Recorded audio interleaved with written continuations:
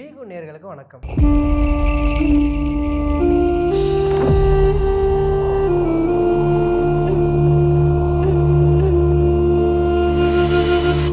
நம்ம பார்க்க போறது SRH vs LSG யோட மேட்ச் ரிவ்யூங்க. இது ஆஃப்டர்நூன் மேட்சா தாங்க நடந்துச்சு. டாஸ் LSG தாங்க வின் பண்ணாங்க. LSG வின் பண்ண உடனே SRH பேட்டிங் ஆட சொல்லிட்டு நாங்க சேஸ் பண்றோம்னு சொல்லிட்டாங்க. இப்போ SRH பேட்டிங் ஆடும்போது டாப்ல எல்லாரும் நல்லா பெர்ஃபார்ம் பண்ணுவாங்கன்னு பார்த்தா டாப்ல இருக்க 3 பேருமே நல்லாவே விளையாடலங்க. கிளாசன் தாங்க நல்லாவே அடிச்சு கொடுத்தாரு. கிளாசன் நல்லாவே அடிச்சு கொடுத்ததுனால தான் ரன்னே வந்துச்சு. கிளாசன் அண்ட் நிதிஷ்குமார் ரெட்டி 2 பேருமே நல்லா ஸ்கோர் பண்ணாங்க. அவங்க மட்டும் இல்லனா SRHக்கு இந்த டார்கெட் கூட வந்திருக்காதுங்க. ஃபைனலா டார்கெட் எவ்வளவு செட் பண்ணாங்கன்னு பாத்தீங்கன்னா 157 தாங்க டார்கெட் செட் பண்ணாங்க. 20 ஓவர்ஸ் விளையாடி 157 தான் டார்கெட். இது ஒரு SRH மாதிரி ஒரு டீமுக்கு ரொம்பவே ஒரு மோசமான விஷயங்க. LSGயோட பவுலர்ஸ் பத்தி பாத்தீங்கன்னா முகமது ஷமி, பிரின்ஸ் யாதவ், ஆவேஷ் கான் இவங்க 3 பேருமே 2 விக்கெட் எடுத்து ரொம்ப சூப்பரா பெர்ஃபார்மன்ஸ் பண்ணியிருந்தாங்க. விக்கெட் கீப்பிங் சைடுல பாத்தீங்கன்னா ரிஷப் பண்ட் ரொம்பவே சூப்பரா பண்ணாருங்க. லிவிங்ஸ்டனோட கேட்சையும் ஹென்ரிச் கிளாசனோட கேட்சையும் அவர் தாங்க எடுத்து கொடுத்தாரு. 157 ரன்ஸை டார்கெட்டா எடுத்துக்கிட்ட LSG உள்ள வந்த உடனே அடிச்சு விளையாடினாங்க. மார்க்ரம்க்கு நல்லாவே பேட்ல பட்டுது. 45 ரன்ஸ் அடிச்சுட்டு அவுட் ஆயிட்டாருங்க. மிச்சல் மார்ஷ் உள்ள வந்து கொஞ்சம் ரன்ஸ் மட்டுமே ஸ்கோர் பண்ணிட்டு அவரும் உள்ள போக நெக்ஸ்டா வந்தாரு நம்ம ரிஷப் பண்ட். கேப்டனோட நாக்க அங்கதாங்க நீங்க பாத்தீங்க. 68 ரன்ஸ் அடிச்சு சூப்பரா ஸ்கோர் பண்ணி நல்லாவே டீம் எடுத்துட்டு போனாரு. SRHோட பவுலிங் சைடு பாத்தீங்கன்னா ஈஷான் மலிங்காவும் சிவாங் குமாரும் ஈச் 1 விக்கெட் எடுத்து கொடுத்தாங்க. அஷ்டுபே மட்டும் 2 விக்கெட் எடுத்தாருங்க. LSG இந்த டார்கெட்டை 19.5 ஓவர்ஸ்ல 5 விக்கெட் லூஸ் பண்ணி 160 ரன்ஸ் அடிச்சு சேஸ் பண்ணி முடிச்சிட்டாங்க. மேன் ஆஃப் த மேட்ச் அவார்டை யாரு வின் பண்ணிட்டு போனானா முகமது ஷமி தாங்க. 2 விக்கெட் எடுத்தாரு. 4 ஓவர்ல வெறும் 9 ரன் மட்டும் தாங்க கொடுத்தாரு. அடுத்து நம்ம நைட் மேட்சான RCB vs CSK மேட்சை பத்தி பார்த்தோம்னா இது ஒரு நைட் மேட்ச்னு பார்த்தா CSK பிளேயர்ஸ்க்கு எல்லாருக்குமே ஒரு நைட் மேரா மாறி போச்சுங்க. ஃபேன்ஸுக்கும் சேர்த்து தாங்க சொல்றேன். டாஸை ருத்ராஜ் கெய்க்வாட் வின் பண்ணாரு. வின் பண்ண உடனே நாங்க சேஸ் பண்றோம்னு சொன்னாருங்க. ஆனா சேஸ் பண்றோம்ன்றது நல்ல முடிவு தான். RCBக்கு அது ரொம்ப நல்ல முடிவா மாறிடுச்சுங்க. RCB பேட்டர்ஸ் உள்ள வந்த உடனே எல்லாருமே சூப்பரா விளையாடினாங்க. உள்ள வந்த உடனே சால்ட்டுக்கு நல்லாவே பேட்ல பட்டுச்சுங்க. சரியான அடி அடிச்சாரு. ரொம்பவே போட்டு பொழந்து எடுத்துட்டாருங்க. விராட் கோலி பார்த்தோம்னா விராட் கோலிக்கு ஏர்லியாவே ஒரு கேட்ச் வந்துச்சுங்க. சிவம் துபே அதை ஈஸி கேட்சை ஈஸியாவே டிராப் பண்ணிட்டாரு. அந்த கேட்ச் ரொம்ப மாறும் மேட்சே மாற்றி விடுவோன்னு பார்த்தோம்னா இல்லைங்க. விராட் கோலி ஒரு 28 ரன்ஸ்குள்ளேயே அவுட் ஆகிட்டு போயிட்டாருங்க. அதுக்கப்புறமா உள்ள வந்தார் தேவ்தத் படிக்கல்.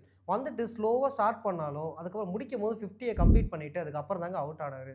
அதுக்கப்புறமா தான் வந்தார் ரஜத் பட்டிடார். வந்துட்டு பொறுமையாக விளையாடுவார், கொஞ்சம் கொஞ்சமாக அடிப்பாருன்னு பார்த்தா எடுத்த உடனே அடி பொழக்க ஆரம்பிச்சிட்டாருங்க.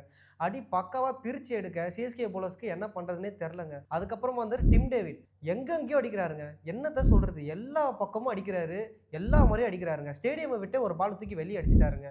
அந்த பால் யாருக்கிட்ட கிடைக்குதோ தெரில, அவங்க ஞாபகமாக வச்சுப்பாங்கன்னு நினைக்கிறேன். RCB பேட்டர்ஸ் நல்லாவே பர்ஃபார்ம் பண்ணி 250 ரன்ஸ் அடிச்சிருந்தாங்க. அந்த இன்னிங்ஸில் 251 டார்கெட்டாக CSKக்கு கொடுத்தாங்க. CSKவோட பவுலிங் சைடில் கம்போஜும் ஜேமி ஓவர்டனும் சிவம் துபேவும் ஈச் 1 விக்கெட் எடுத்திருந்தாங்க. பவுலிங் சைடு எப்போ CSK நல்லா ஸ்ட்ராங் பண்ணுறாங்களோ அப்போ தாங்க அவங்களால மேட்சே வின் பண்ண முடியும். என்னதான் பேட்டிங்கில் நல்லா பர்ஃபார்ம் பண்ணி எவ்வளோ ரன்ஸ் அடித்தாலுமே பவுலிங் ஸ்ட்ராங் இல்லைனா அவங்க வீக்காக தாங்க இருப்பாங்க. பவுலிங்கில் ஈஸியாக ரன்னை விட்டுட்டு ஆப்போனண்ட்டை ஜெயிக்க விட்டுருவாங்க. 251 ரன்ஸை டார்கெட்டாக எடுத்துகிட்டு CSK உள்ளே வந்த உடனே அடிச்சு விளையாட பார்த்தாங்க.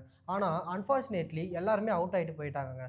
ஃபர்ஸ்ட் ஓவர் ருத்ராஜ் கெய்க்வாடும் ஸ்லிப்பில் அவுட் ஆகிட்டாருங்க. செகண்ட் ஓவர் ஆயுஷ் மத்ரேவை ரஜத் பட்டிடார் கேட்ச் பிடிச்சி அவுட் பண்ணிட்டாரு. தேர்ட் ஓவரில் சஞ்சு சாம்சனும் அதே மாதிரி அவுட் சைட் எட்ஜில் ஸ்லிப்பில் அவுட் ஆகிட்டாருங்க. அதுக்கப்புறமா தான் வந்த நம்ம சர்ஃப்ராஸ் கான் வந்த உடனே நல்லாவே அடித்து விளையாடி ஒரு 50யை போட்டு போயிட்டாருங்க. எந்த பக்கம் போட்டாலுமே பால் அடிச்சாருங்க. சர்ஃப்ராஸ் கான் அவுட் ஆனதுக்கப்புறமா பிரசாந்த் வீர் உள்ளே வந்தாருங்க. அவர் ஒரு 43 ரன் அடித்து நல்லாவே ஸ்கோர் பண்ணி கொடுத்தாரு. அதுக்கப்புறம் ஜேமி ஓவர்டன் வந்தார். அவர் நல்லாவே ஸ்ட்ரைக் ரேட்டோட நல்லாவே பர்ஃபார்ம் பண்ணி கொடுத்தாருங்க. ஆனால் அவரால் மட்டும் என்ன பண்ண முடியும், லாஸ்ட்டில் அவரும் அவுட் ஆகிட்டு உள்ளே போயிட்டாருங்க. RCBயோட பவுலர்ஸ் பற்றி பார்த்தோம்னா Jacob Duffy, Abhinandan Singh, Krunal Pandya each 2 wicket எடுத்து கொடுத்தாங்க. புவனேஸ்வர் குமார் மட்டும் 3 விக்கெட் எடுத்திருந்தாரு. இதுல குருணால் பாண்டியா சிவம் துபேக்கு ஃபர்ஸ்ட் பாலே 6 அடிச்சாரு. சிவம் துபே அடுத்த பால் ஒரு பவுன்சரை போட்டு பயமுறுத்தி விட்டாருங்க. 126 km/hல அவர் பவுல் பண்ணாரு. அது மட்டும் இல்லாமல் அவர் ஆக்ஷனே சேஞ்ச் பண்ணி வேற மாதிரிலாம் ஏதோ பொம்பரை விடுற மாதிரிலாம் போட்டாருங்க. அதெல்லாம் பார்க்கும்போது செம்ம காமெடியாக இருந்துச்சு. பேட்டர்ஸ்க்கு ஒன்றுமே புரியல, இவர் என்னது ஆக்ஷனில் தான் போட போறாரு, என்ன மாதிரி தான் அடுத்த பால் வரும்ட்டு அவங்களுக்கே தெரில.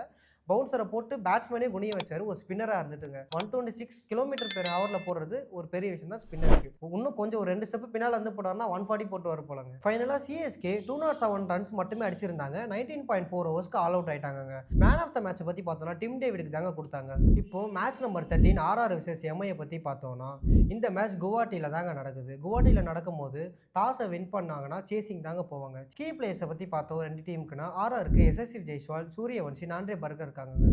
எம்ஐக்கு ரயன் ரிக்கில்டன், ரோஹித் சர்மா, ஜஸ்பிரீத் பும்ரா இருக்காங்க. 2 டீமோட பிளஸ் அண்ட் மைனஸை பத்தி பார்த்தீங்கன்னா, ஆர்ஆருக்கு டாப் ஆர்டர் பேட்ஸ்மேன் ரொம்ப நல்லாவே பெர்ஃபார்ம் பண்றாங்க. டாப் ஆர்டர் இன்கேஸ் பெர்ஃபார்ம் பண்ணல அப்படின்னா மிடில் ஆர்டர்ல துருதுரையில வந்து ரொம்பவே நல்லா பெர்ஃபார்ம் பண்ணி ஸ்கோரை ஏத்தி கொடுக்குறாங்க. ஸோ இது ஆர்ஆருக்கு ரொம்பவே பிளஸ்ஸா இருக்கும். மைனஸை பத்தி பார்த்தீங்கன்னா ஆர்ஆருக்கு பெருசா மைனஸ் எதுவுமே இல்லைங்க. உங்களுக்கு எதனா மைனஸ் இருக்குன்னு தோணுச்சுன்னா கமெண்ட் பாக்ஸ்ல சொல்லுங்க. எம்ஐ சைடில் பிளஸஸ் எல்லாமே பார்த்தீங்கன்னா ஹார்திக் பாண்டியா இந்த மேட்ச் திருப்பி உள்ள வருவாரு. கேப்டன்சியும் அவர் தான் பண்ணுவாரு. ஸோ அது எம்ஐக்கு ரொம்ப பிளஸ்ஸா இருக்குங்க. மைனஸ் பத்தி பார்த்தீங்கன்னா பவர் பிளேக்குள்ளே உங்களுக்கு 2-3 விக்கெட் போயிடுச்சு அப்படின்னா மிடில் ஆர்டர்ல வரவங்க ரொம்பவே ஸ்ட்ரகிள் பண்ணுவாங்க. இதுதாங்க அவங்களோட மைனஸ். இம்பாக்ட் பிளேஸை பத்தி பார்த்தோம்னா ஆர்ஆருக்கு ரவி பிஷ்னாயோ, துஷார் தேஷ்பாண்டே உள்ள வருவாங்கன்னு நம்ம நம்பலாம். எம்ஐ சைடில் பார்த்தீங்கன்னா ரோஹித் சர்மாவோ, மயங்க் மார்க்கெண்டாவே உள்ள வருவாங்கன்னு பார்ப்போம். ஹெட் டு ஹெட் பத்தி பார்த்தோம்னா 35 மேட்சஸ்ல 17 மேட்சஸ் எம்ஐ ஜெயிச்சிருக்காங்க. 15 மேட்சஸ் ஆர்ஆர் ஜெயிச்சிருக்காங்க. வின் ரேட்டை பத்தி நம்ம பார்த்தோம்னா இந்த மேட்ச் ஆர்ஆர் தாங்க வின் பண்ணுவாங்க. எதனாலனா டீம் ரொம்ப பேலன்ஸ்டா இருக்கு. பேட்டிங் அண்ட் பவுலிங் குவாலிட்டியா பண்றாங்க. அப்படி குவாலிட்டியா பண்ணும்போது அவங்க டீம் நல்லாவே ஸ்கோரும் பண்ணுது, டிஃபெண்டும் நல்லாவே பண்றாங்க. ஸோ ஆர்ஆர் தான் வின் பண்ணுவாங்க. இப்போ இந்த மேட்சோட ரிவ்யூ அண்ட் அனாலிசிஸை பத்தி நம்ம பார்த்தோம். இதுக்கப்புறம் நெக்ஸ்ட் மேட்சோட ரிவ்யூ அண்ட் அனாலிசிஸ்ல நம்ம சந்திப்போம். நன்றி, வணக்கம்.